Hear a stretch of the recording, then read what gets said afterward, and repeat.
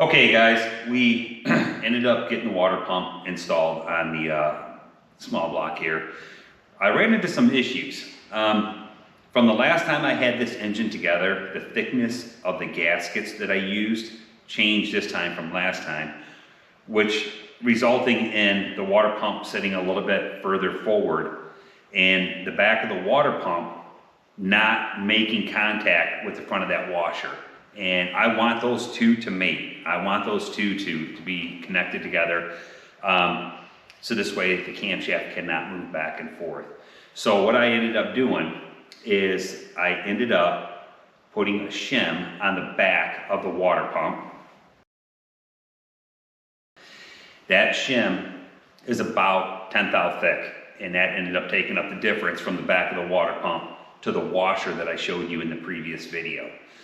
Now that I have all that set up, I actually put it together and I checked it several times, had to take it back apart and just making sure that everything was good and it was gonna go together the way it needed to go together.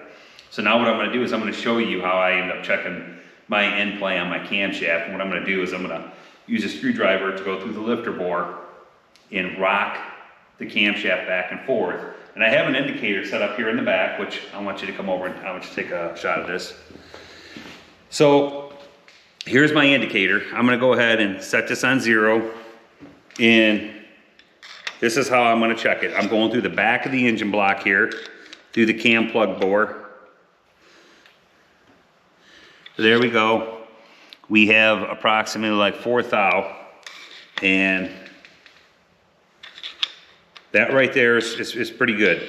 I'm pretty happy with that, the results of that 4 or 5 thou. So I know now that this camshaft is not going to move forward enough to where a lifter is going to fall off the load.